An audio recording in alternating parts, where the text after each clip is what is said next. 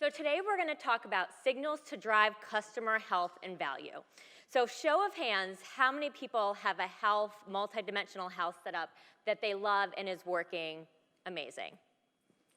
A few hands, perfect. Okay, so today we're going to talk about health, how to get started if you haven't got started, and then how to perfect it over time.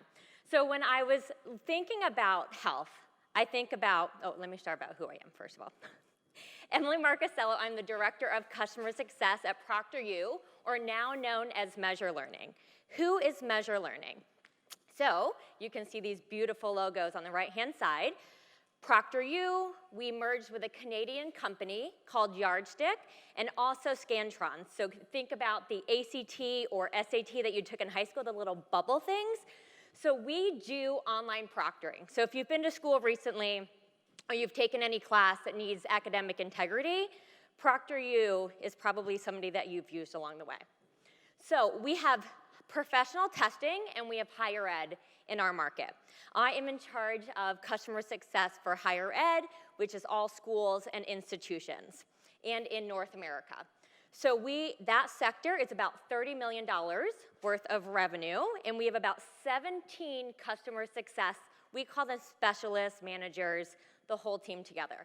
Their average book of business is around $2.5 million.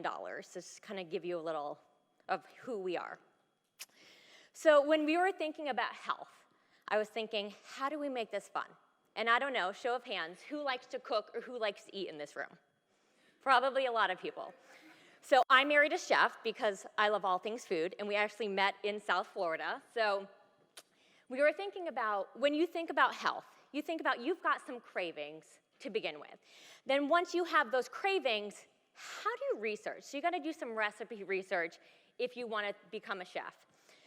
Then once you've had the recipe, you want to prep it and bake it, right? Part of the fun along the way. And then you want to sit back and enjoy the fruits of your labor. And then once you sit down, you're like, is that as good as I think it was? Maybe, maybe not. And if it was, perfect. But if it wasn't, how do you go back and fine-tune so next time you do this recipe, how do you add your little notes to it? How do you make it interactive? Where do you go from there? So that's kind of what we're going to talk about today. So when we think about the cravings of how to get started, and I think about, I have a 5-year-old and a 9-year-old, so the hungry caterpillar is very much in our life. So when you think about the hungry caterpillar, you think about, he starts off kind of slow, and then on, I think it's Saturday, he eats through everything. And he has a stomach ache because he was like, oh, I wanted it all. But maybe that's not how you need to look at these. So disclaimer, when we started this, health did not work. But we wanted to get somewhere, we wanted to get started, kind of as Warren was talking about the 70-30 rule. We know what we wanted to do. We had no idea where to start. So we started very simply. We talked about last touch. We put all of our clients in one bucket and said to our CS team, if you touch our clients, that's fantastic. We're going to mark that as a check. Then we talked about, are there risk? We didn't bucket risk. We just said, do you think that they're at risk? Yes or no. Check it. Let's weigh this. And then we talked about, how does the team feel about it, right? They're your front line. They know your clients better than anybody else, as they should, because that's the customer success relationship. Well, as you can see on the right-hand side, we had a health score of 50 when we started. So imagine you're taking this health score to the board, and they're like, 50% of your clients are at risk. Probably need to go back and reevaluate it, or you're not going to have a job moving forward. So we went back, and we did some recipe research and said, okay, we started here. We knew we had this craving for it, but let's go back. Let's talk what our market wants. Let's see what our clients want. Let's see what the board wants. And let's try to mirror that all together in recipes. So we went to forums. We reached out to Totango and asked for what have other clients done about this? So Liz is our customer success manager, and she's been fantastic.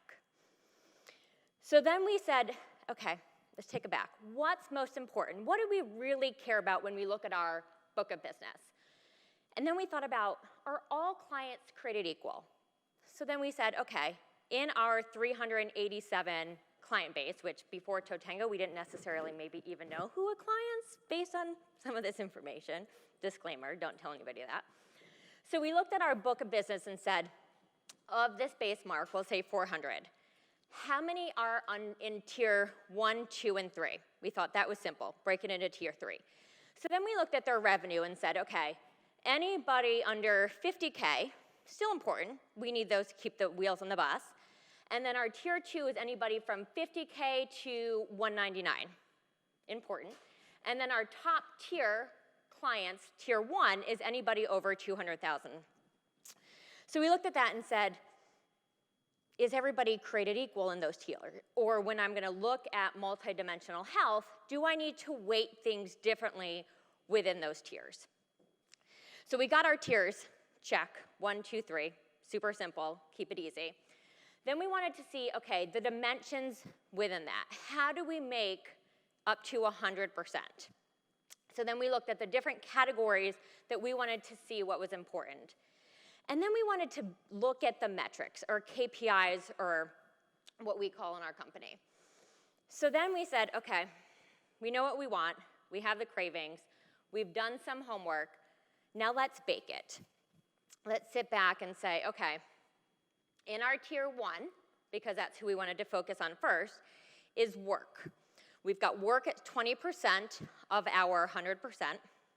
We have our year over year, and in our business, we look at revenue and volume. So if a student comes in and they take an exam, that equates to revenue. We have institution pay, we have student pay, we have a lot of different factors within our business. And then we looked at risk and said, okay, with risk, and we'll get into this as we progress throughout, we just said, okay, we know that there's risk, and we listed probably 15 different buckets of risk. It was kind of a jumble.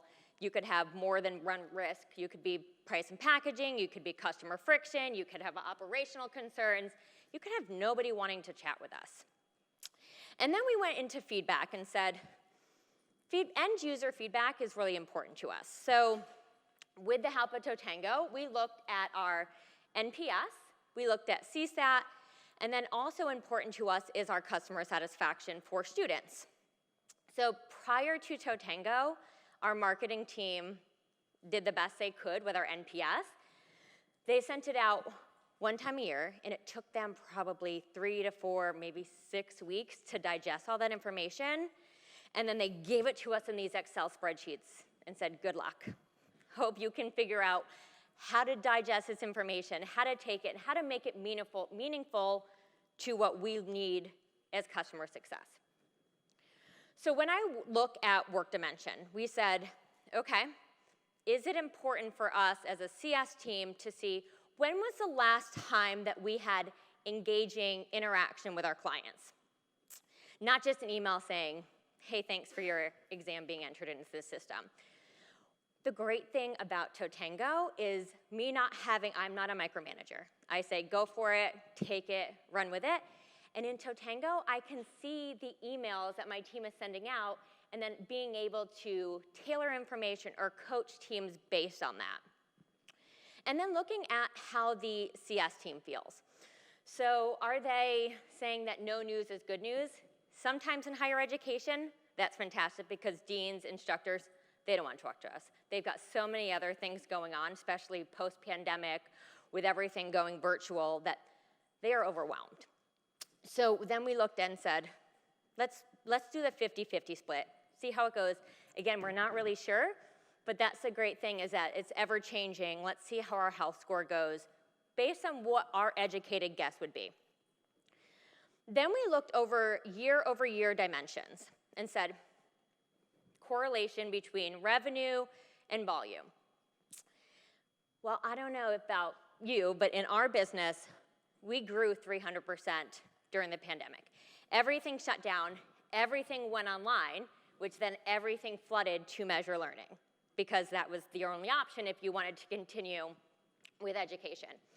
So we are now trying to figure out what does post-pandemic norms look like. Well, I'm going to tell you it doesn't look like 2021 or 2020 numbers.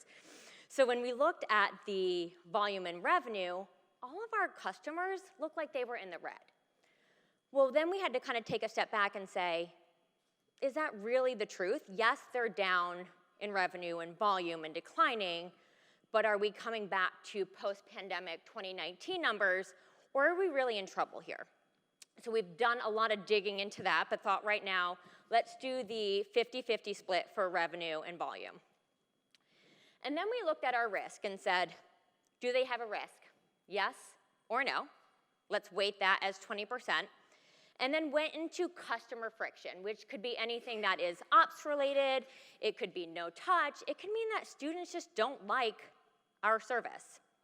And then we added 5 buckets within friction, ops concerns, support, all of that. And then we looked in price and packaging.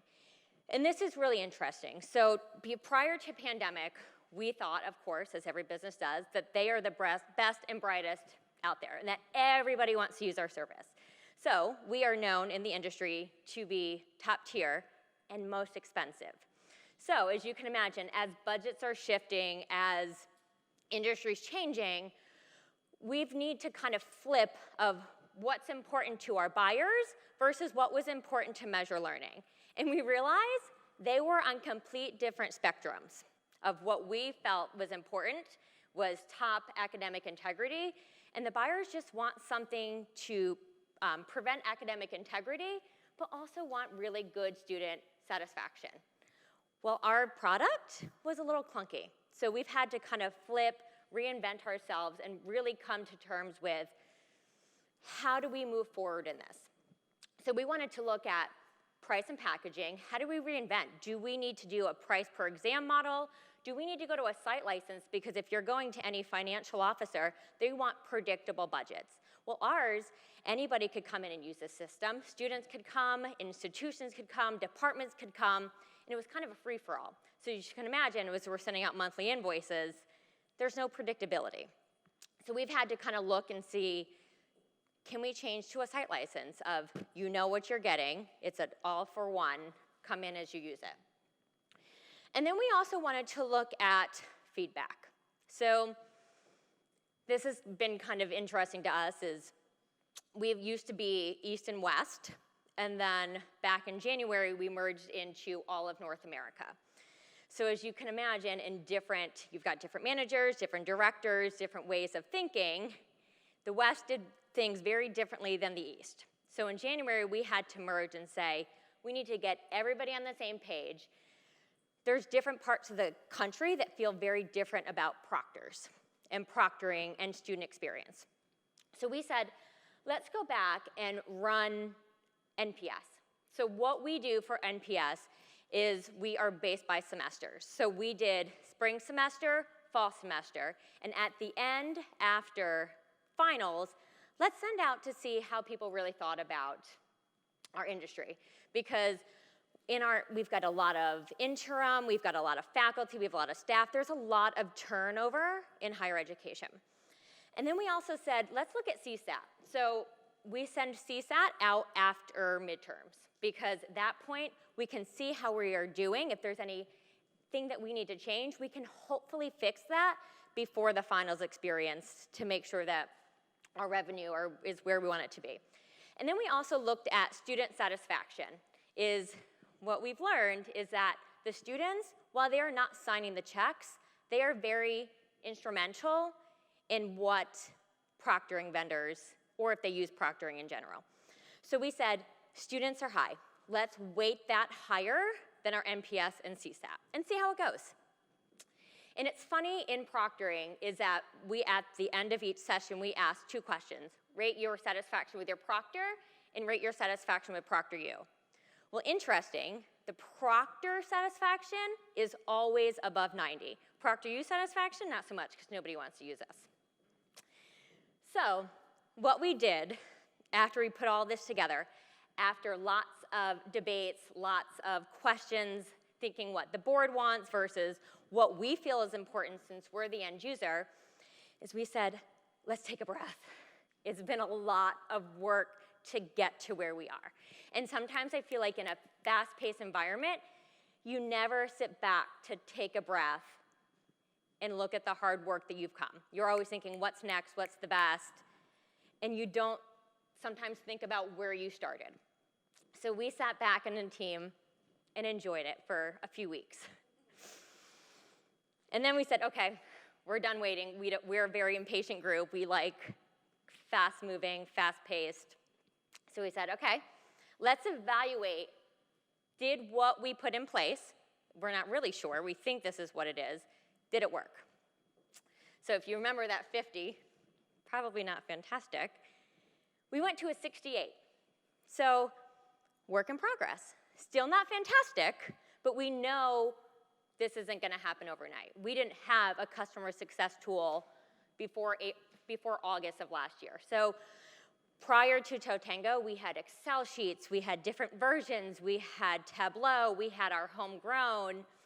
So we're kind of happy that we went from a 50 to a 68, and we have a goal of 85. So how do we get there? What do we need to fine tune based on our health scores, based on the information that Totango is able to give us?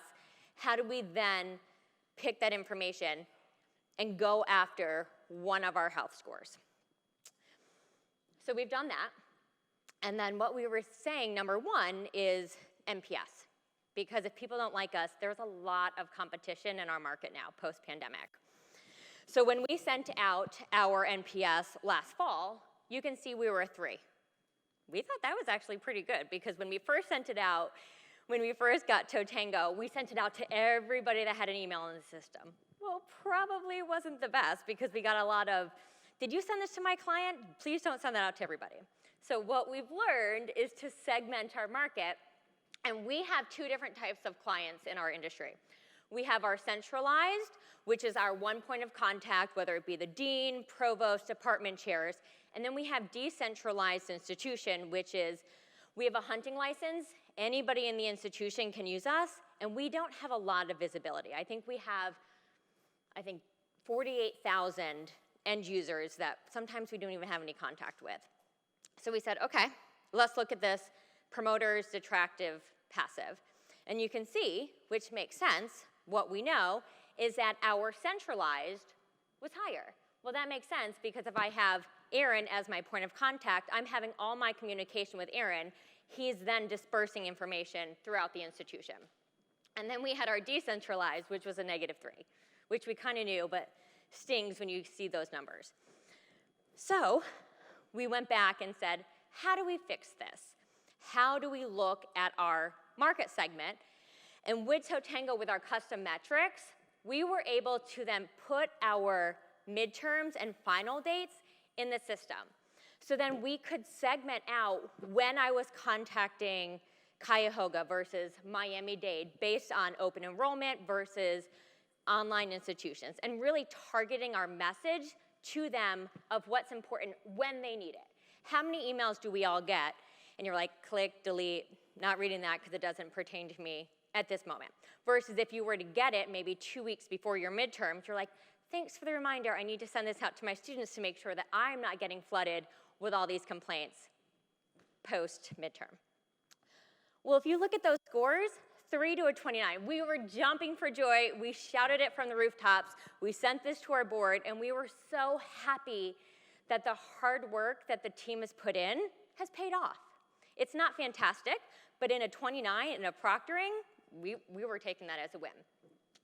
Which was really interesting is if you look at our centralized, we went from a 37, we thought that was great, to an 85.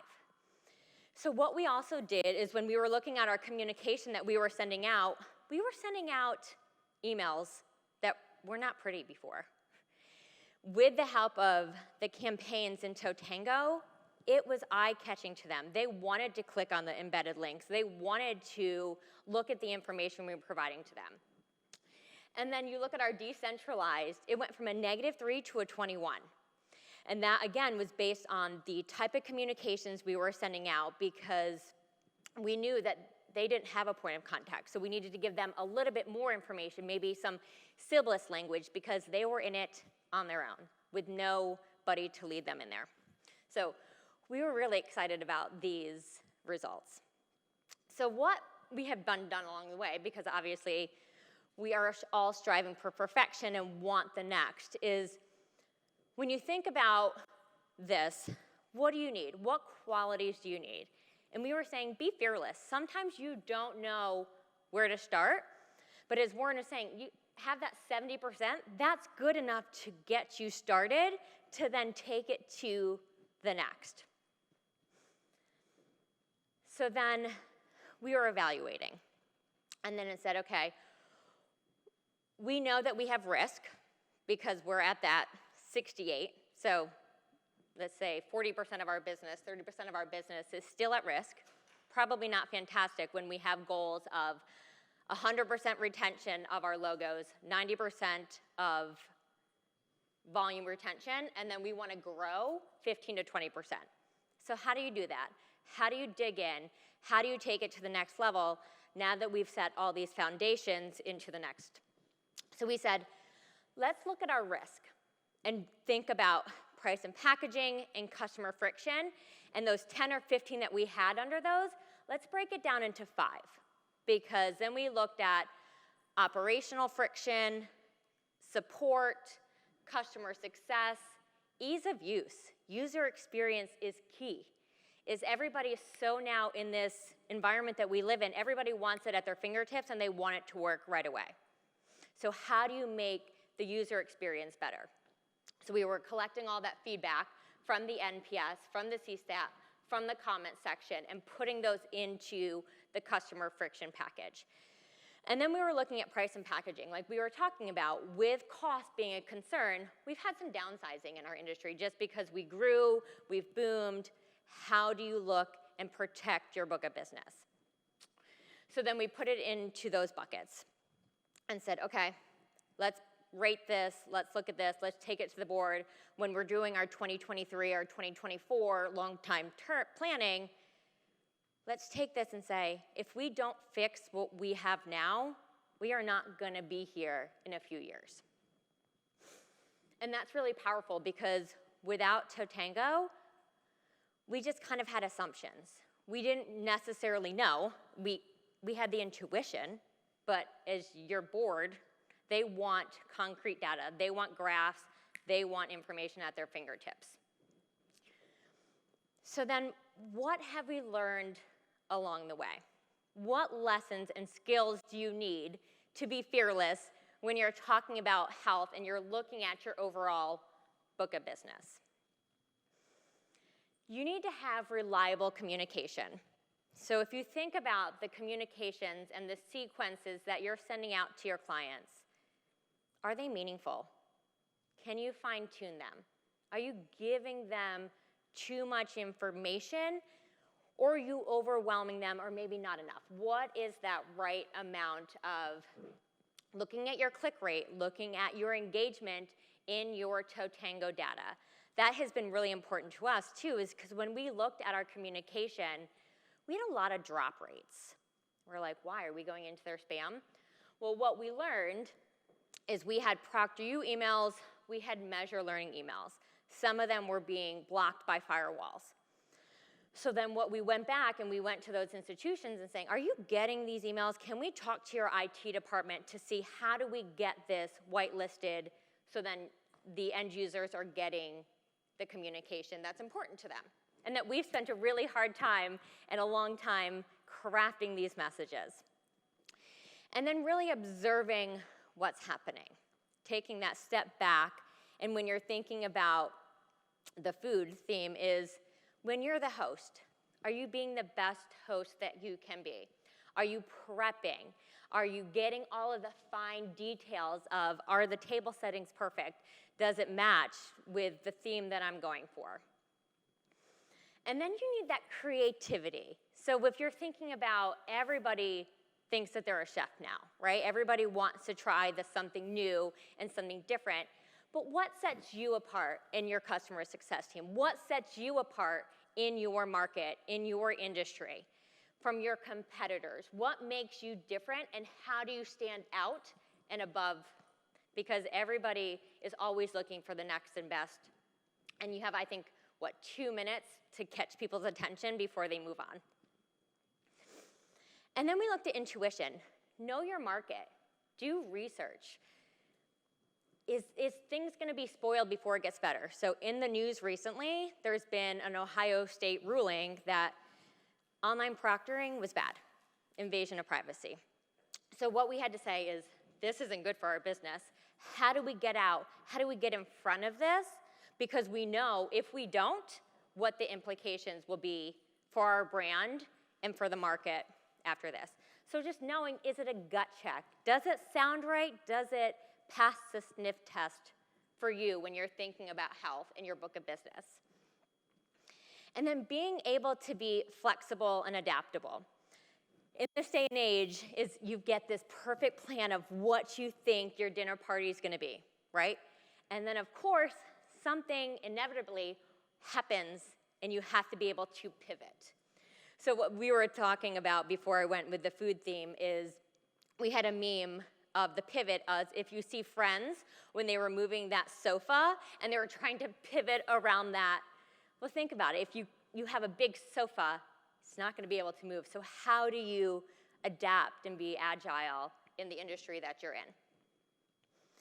And then with that being said is going in, and with Totango, it's really simple when you're looking at your health scores to go in to your health designer and look at your percentages and being able to quick and recalculate within a few minutes, which is fantastic. Because prior to that, think about all your spreadsheets, all of your information in real time and getting that out, because like we were talking about earlier, is once you had that plan in place, it was already over when you printed that hard copy. So how long did this take? So when we were looking at a customer success tool, we knew we had a problem. So we went and did our homework. I didn't know anything about customer success tools prior. I have a degree in hospitality, and I worked in healthcare prior. So when I came on to Measure Learning, they were like, we want to create a position for you.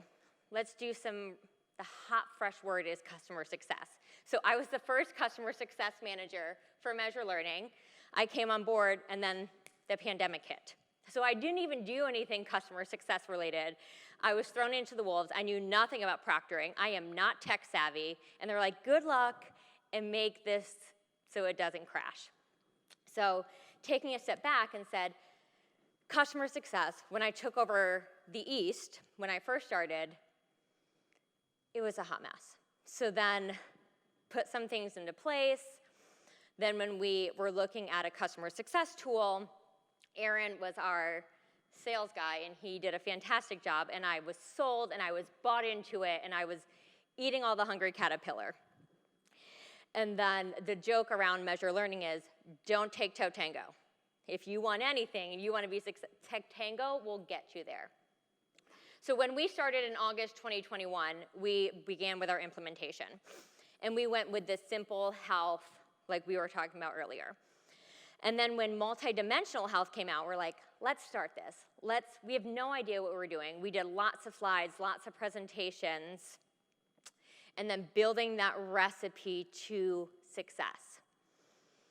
Then in March is when they first released it to our team. We did lots of internal training, and the looks on our customer success team was like, what is this? This seems hard. This seems complicated. Teach me what I need to do to make this successful, because everybody has that drive, everybody has that urge, but they look like deer in headlights.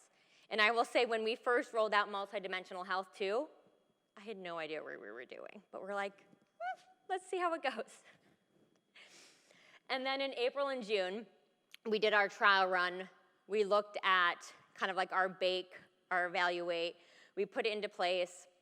We looked at our numbers. And then in July is when we looked at the risks. So it's kind of a progression over time, if you see. We had the foundations. We had the building blocks. And now this is where we are. We're continuing to monitor. As of yesterday, happy to say that we're at a 70. So slowly climbing, little by little. And our goal is over time to look at the information that we're able to pull from Totango and go from there. There's our 70, which if you think about the board, they're like, 70% of your revenue saved. You have a job until tomorrow. Just kidding. So where are we now?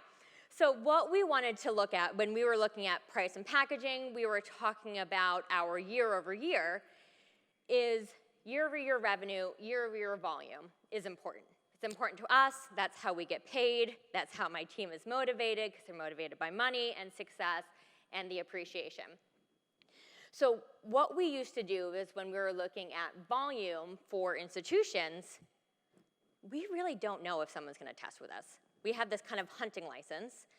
So we're asked every year, I'm sure a lot of you too are, is to predict what your future is going to look like. Well, this is 14 months. We didn't know what post-pandemic looked like. So we started off with a handy-dandy Excel spreadsheet, and there's multiple different versions, and then finance takes their numbers as maybe another 100 or 200,000 that they think they're going to do, but they don't tell you that. So when you're looking at your projections, you're like, I'm hitting projections. They're like, you're under. Now let's get on this call and talk about why we're over or under. So then we said, okay, how do we take Totango and mold it into what is important to us? What are some pain points for my team that they spend hours upon, and nobody likes those emails halfway through the month, and they're like, we're gonna have this finance call because everything is last minute tomorrow, and I need to know why you're over or under. So what we've been able to do with Totango is to put our forecasting into Totango and then measure that of in real time where our forecast is to where we are to our goal, which has been really helpful, and to be able to pull that for our ops team. So when they're scheduling the proctors, that they know what our anticipation is. And when finance and they're having those board meetings is looking at our numbers and where we are to projections. So we're not getting any last minute, hey, you didn't meet your projections, why didn't you? In real time, you're gonna know where you need to push, where you need to target your information to try to get those numbers up. So then where we are. So you got handouts at the end of each aisle. So when we were kind of talking about, if you have not done health before, how do you get started? It can be very overwhelming. So we put this fun ingredients recipe card to hand out to you to see what's important to your business. Can you modify this to your customer base? So is voice of the customer important to you? Do you measure that now? Do you look at risk? How do you measure that now? If you haven't, how can you think about your book of business and put those into risk categories? Then we look at usage. Do you look at usage right now? How are you? Are you a volume-based? Are you based on clients? How do you measure success for usage and revenue and volume? And then engagement. How engaged is your customer success team to your book of business? How often are they reaching out? How often should they be reaching out? What's a meaningful touch point to your client base? So as you can see, we have any skill level, and then if you want to, you can kind of take your chef hat on, and then you can be your master top chef along the way. So in true fashion, I'm gonna end with a quote, and it says, in theory turns out to be right. There'll be tremendously thick, tasty icing on the cake. So when you've put the hard work in, when you've done the recipe, when you've done the research, when you put the hard work in, you can end and have a really great dessert or baked good in front of you.